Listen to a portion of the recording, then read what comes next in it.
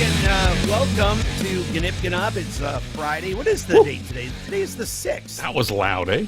That was crazy. Shit. That was crazy, I'm telling you.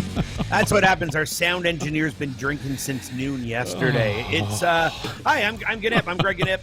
Gnop over there. That's Chris Yazinski. How are you, my friend? You know what? I am better than, I guess, some average bears, but I don't know.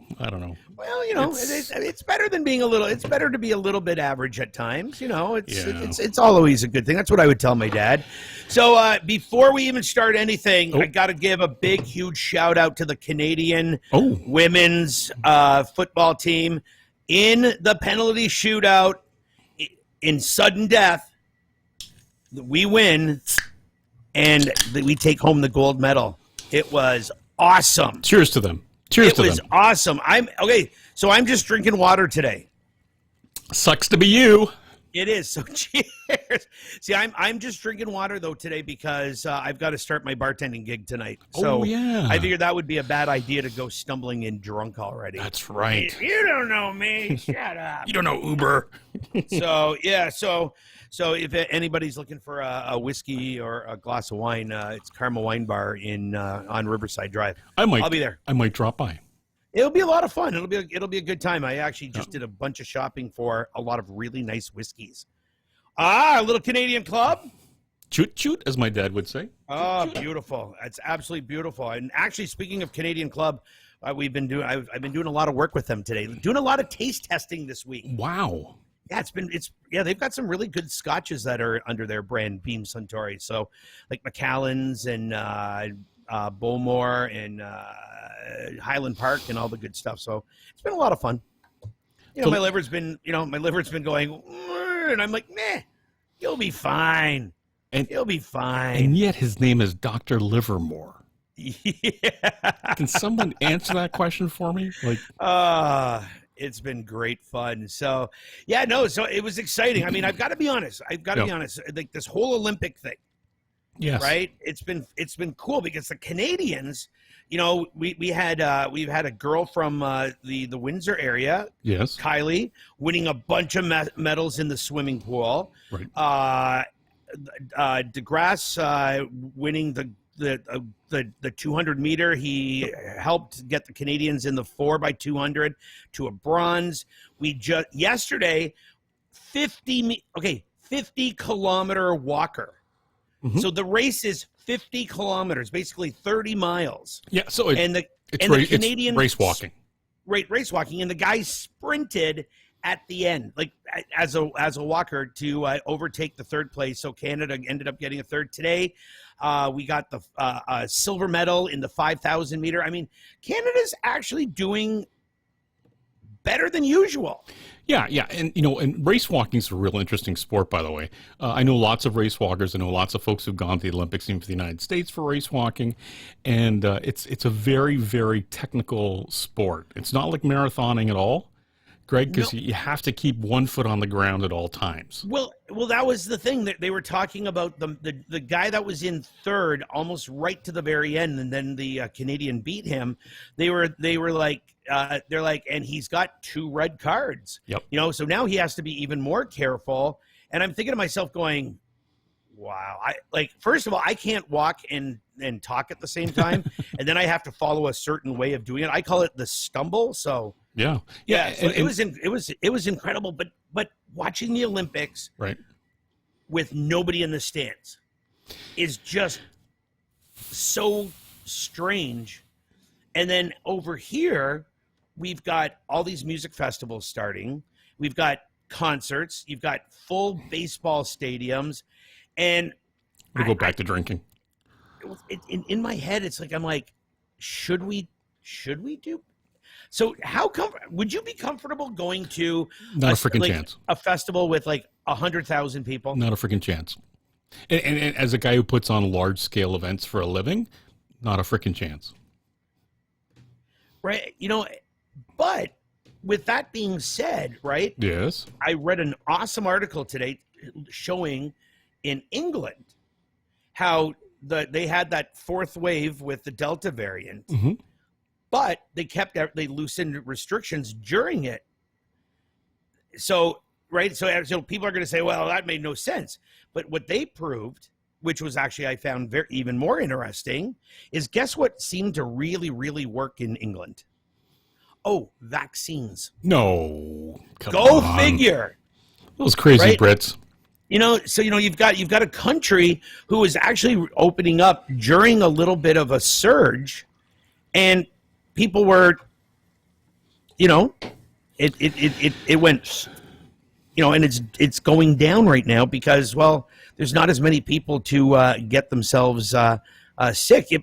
But going back to like the concert, right? It's like I don't feel comfortable sometimes standing in the grocery store. Even though I'm double vaccinated, I wear my mask. But every once in a while, if you're walking down if I'm walking down an aisle and I hear somebody going, and listen, you know what? It could be anything. It could be, and I'm like, I'll just kind of go around and I'll wait for that to kind of drop a little bit. Yeah. I got to tell you, Greg, I was on the phone this morning with 2 or 3 different guys around North America who are in the know for large-scale events, concerts, festivals, parades, all that stuff. And I was asking them, like, so what are you seeing out there? Because right now we're seeing we see Lollapalooza went off in Chicago. Yet, here in Southern Ontario, because we have a limit of 5,000 people for outdoor events, we're not going to see too many large-scale outdoor events. And I think maybe until late this fall is probably the earliest we're going to see some of that stuff. Our friends to the south are obviously, basking in everything wide open, no mask, let's go. But you know what? Look at the numbers. There's a reckoning to be done there. Well, and the one thing is, I'm not a scientist. I play one on TV, but I'm not a scientist. But, I do have an education from the University of Windsor with some science in it. And so I like to think that I kind of understand some of the words and things. And it's that whole thing where it's you can't just open wide up when you're only a state like Florida where some counties are 30% vaccinated, and then they wonder why their numbers are going up to record numbers, those kind of numbers, right? And I miss music festivals though, because I love going to a concert outdoors. I do. I love outdoor concerts. One of my favorite things I've ever done in my entire life was I was the first guy to ever stand on the stage in front of the crowd to start off Lollapalooza, the whole Lollapalooza chain in Detroit. I was the first guy to make a stage announcement for 89X back at Pine Knob when it was still Pine Knob. And it was, I love the festival idea, but, I don't know if I want to stand that close to a bunch of people sweating and yelling at each other and dancing. Yeah, buddy, I got to tell you, I'm a small club guy. I don't even like big arena shows. Very rarely will you ever see me at a big arena show. But having said that, there are a couple that I've gone to in the last, 3 years ago, and of course this year coming up. But there's just not a chance that you'll see me at a festival. Not with 100,000 people, not a chance. No, and I have to be honest. There's one festival that I miss so much because I've been to it a couple of years in a row, and a really good friend of mine, Brad Raymond from AEG. It's one of their big things, and it's Mopop. Oh yeah, for sure. In downtown Detroit, and Mopop is just such a fantastic show because it's bigger name artists. Yep. They've got the big craft beer area. They've got awesome food trucks, and it's just so cool. But of course, first of all, with the border being closed, you can't go to it. But right. Secondly, I think as much as I love a festival like that, and Mopop, even at its busiest, is still small. Yep. But it's I'm still thinking to myself, going, man, maybe I'll just wait a little bit. And that is a great festival. I mean, they had M83 there like 3 years ago, I think. Yeah. Yeah, as a headliner. Yeah. Yeah, and I'm trying to think of who was the last show I went to. My mind just went blank, but it's just a lot of fun. I think I'll wait. I said I've got tickets. My sister and my brother-in-law. The first show that I'm actually scheduled to go see is actually in Toronto. What are you seeing? Mother. Oh, nice. I love those guys. At Massey Hall, newly refurbished Massey Hall, which I'm totally excited to see because Massey Hall's beautiful. Yep. And I guess the way they've refurbished it is supposed to be absolutely beautiful, and it's, updated. The only thing is, and I love my brother-in-law for this, he goes, "I'm really sorry, but we're going to have to walk." And I'm like, "Oh," because I don't know. Have you ever climbed the stairs at Massey Hall? No. Yeah, there's gonna be a couple of times where I know I'm gonna have to stop and bend over and go, or I'm gonna have to start working out just to get up the stairs. It's. Yeah, I think our first show back is in May of next year, and that is Rage. Okay, and that's where at Little LCA. Caesars. Yeah, LCA. It's which is always I got to be honest, Little Caesars Arena, I love it. But if you're way up in the upper bowl, even though you're not, I felt like I was leaning forward a lot. Billy Goat, yeah. So, we worked on the grand opening for LCA, and I do a lot of work with the Red Wings, and I can tell you that in the early design stages of LCA, they went to the players and they said, "Dear NHLers, you guys have been in the league, some for 6 months, some for 6 years. What is the worst arena to go play in as a visiting team?" And believe it or not, Montreal was what came up the most often in that questionnaire. Really? And why was that? Well, mostly because of angle dynamics of the crowd bowl. So Joe Louis was like this, right? Yeah. And this space underneath the bowl and the ground were the offices for the Red Wings. And they used to call it the submarine because there's no windows and all the offices were really low. Totally sucked. And there was no place for storage. There was nothing in the old Joe that you could actually do it. And it had one service store, believe it or not. For all that beer that they drank for all those years, one service store. It was crazy. So it's a good thing it never jammed. They never had a dock either. So at LCA, when they redesigned it, they wanted to make sure that this upper armature of the angle was kind of almost inclining. So the problem was when they went to Montreal, they always felt like the fans were on top of them, right? And that's what they did, and that's why I also put the gondolas in at the top of that arena as well. So literally, you're on top of the players. That's awesome. Yeah, it's a great building. Awesome. One of my favorite buildings. So actually, in the grand scheme of things, the Montreal Stadium was actually really good for the Montreal Canadiens because it made the opposing team feel pressured. Correct. See that? And that is why I'm a Montreal Canadiens fan. Habitant. And you know what I love about the Montreal Arena as well? So I went going there with my ex-wife years ago, and I said, all right, I'm going to go get another beer. Now, in Montreal, it's export. You drink export at the game. She said, well, I'd like a glass of red wine.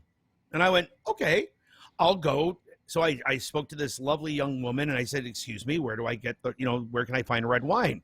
And she goes, right, and in this beautiful, thick French accent, she goes, sir, you take the escalator down, and there's a little wine bar basically in the basement. Sure. So I went, okay, I'll go there. And I walk in and I think to myself, and I look around and I go, oh my God, this isn't a little wine bar, because my ex-wife was like, I'll just have a Merlot. And I'm like, I have 30 Merlots to choose from. It was absolutely incredible. It was just absolutely beautiful. The wine bar down in the basement of, the arena, or like a lower level. And I'm like, I came back to her, and she's like, what did you get? I said, I just told the bartender to pick me something that was mid-price. There you go. Right? Oh boy. But it was awesome. It was awesome, Lots of comments too, by the way, coming up. Hey, Gnyp wasn't the last show you saw at TMBG. That was my last concert. My last concert was the 30th anniversary tour of Flood, the 30th anniversary of Flood from They Might Be Giants. Oh, okay. It was March the 8th of 2020. Wow, it's cutting it close. Yeah, and then my last time I was in the States, though, was at 2000. It was March 15th. Right, and then they shut the border down. Yep. And that was a great show. That was a fun show. You know what? They Might Be Giants. It wasn't quite the same as because I saw They Might Be Giants the first time when they played at the Nectarine Ballroom in Ann Arbor for that album, and that was the show where from beginning to end it was a sing along. Everybody just sang every song through the whole concert, which was a lot of fun. But yeah, that was the last show. But I mean, the last outdoor show that I went to go see, I don't even know what it was. I mean, it's going to have to be probably Mopop of 2019. Yeah, I'm thinking it's Public Image at Majestic was probably the last one I saw. Oh, did you go to that show? Oh, yeah. Oh, for sure. Anytime you can see Johnny Rotten above ground, buddy, take it. Yeah, but the only problem is his politics and I don't react well anymore. Yeah, but he doesn't react well with anything. I mean, he gargles with whiskey between each set and spits it out. And he's an odd guy. He's always been an odd guy, but I've never had the opportunity to see him live and up close like that. So I took it. Yeah, for sure. Absolutely. Yeah, see, I'm a little sad because we actually had tickets to see the Pet Shop Boys in New Order at Molson Park. Right. And you know, they keep pushing it back, and it's like, and now sadly my brother-in-law motorcycle accident, so it's going to be a little bit tough to get him through the concert area. So, but you know, I've been lucky. I've had a chance to see the Pet Shop Boys, and I've seen New Order like 4 times. So, right. You know, it's not like it's you know, it was like a bucket list show that I had to go see one of the bands.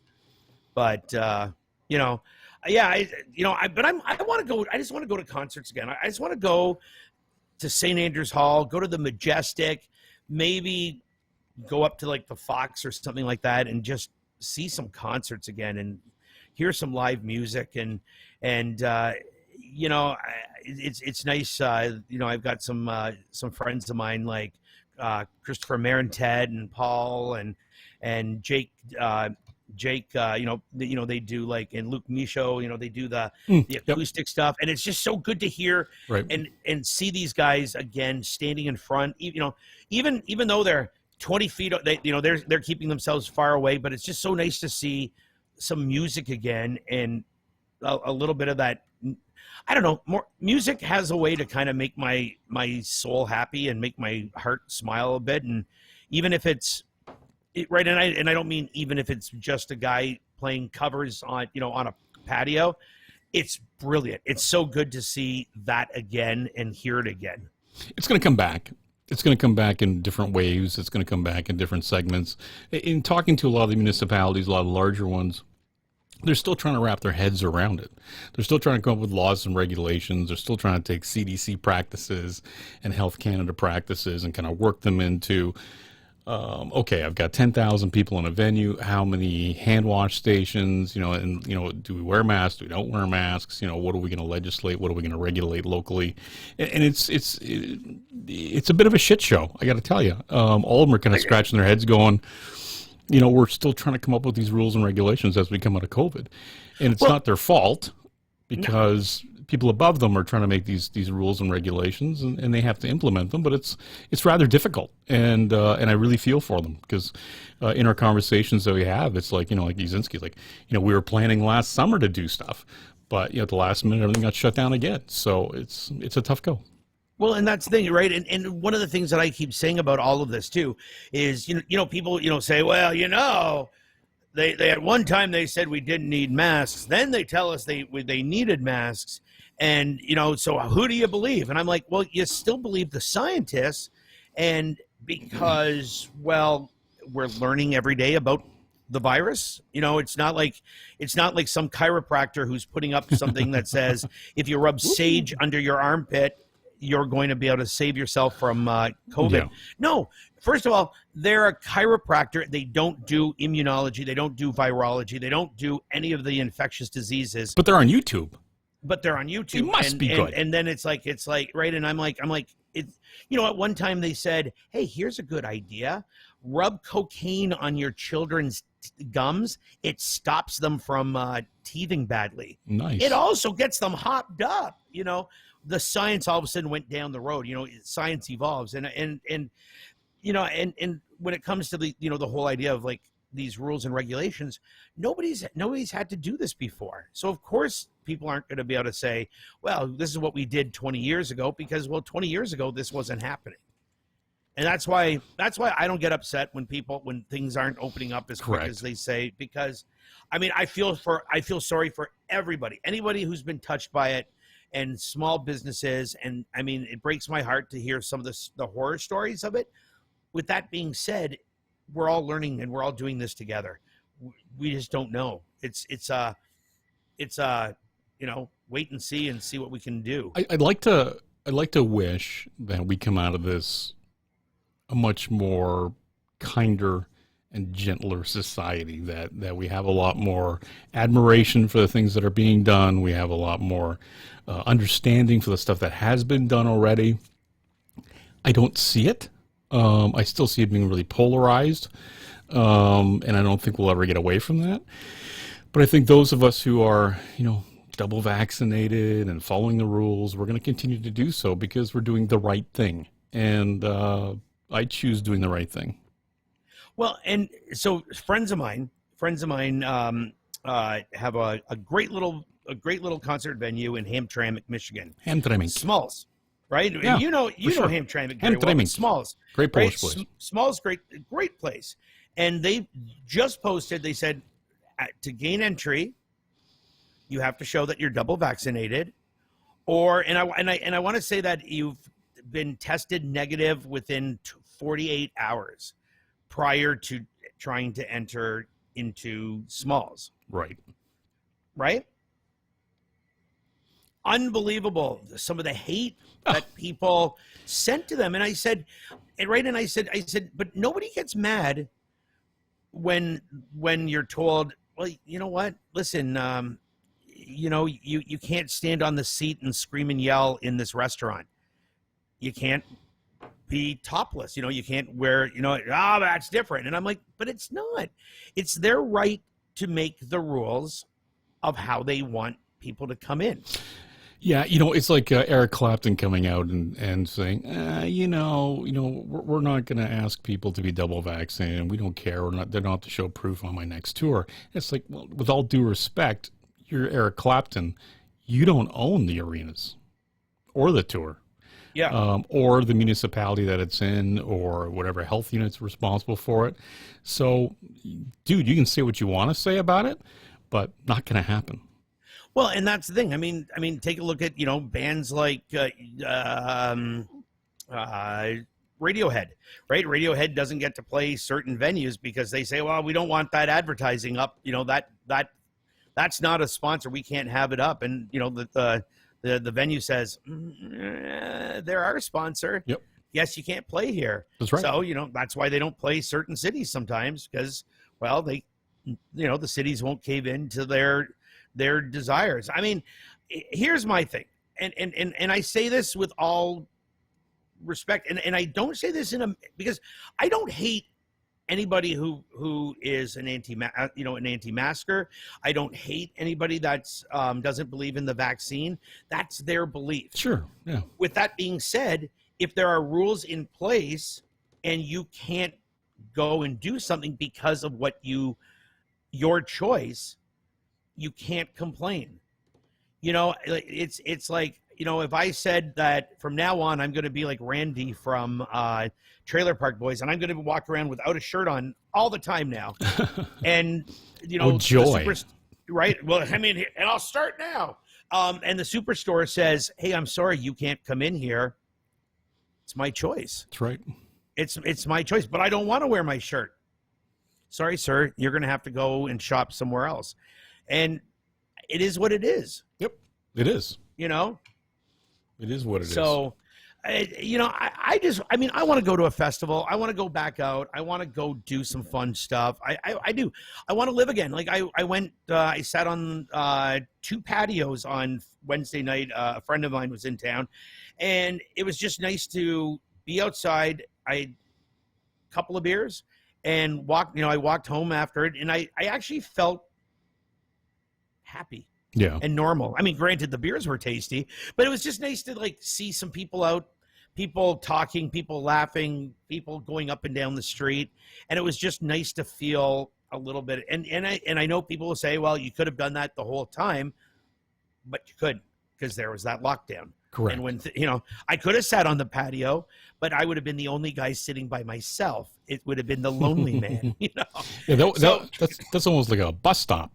Yeah. Hey, you got to challenge somebody. Oh yeah. Mark McKenzie posted about Die Hard. You know what, Mark? You and I got a problem. We're gonna bring him on the show. We're gonna talk about Die Hard being a Christmas movie or not being a Christmas movie, holding up, not holding up. I don't know if you can see it, but right behind me is Nakatomi Towers. Which is brilliant. And you know what? And I've been watching the show for 20 years. Look at, dude, let's bring Mark on and we're going to have a discussion about this. All right, so hey, Mark McKenzie, we're calling you. Yeah. But the thing is, I'm not going to tell you what side I'm standing on. I'm just leaving it there. That's right. So, Mark McKenzie, get a hold of us. Call us. or if you know Mark McKenzie, tell him that that Chris Uzinski is challenging you. That's right. Until next week, this has been Gnyp Gnop. All right. Always a pleasure. And I'm sorry, real quick, you're tonight out at Karma Wine and Whiskey Lounge. I'm going to stop by. Stop in it. I'll pour you a wee drink. A dram.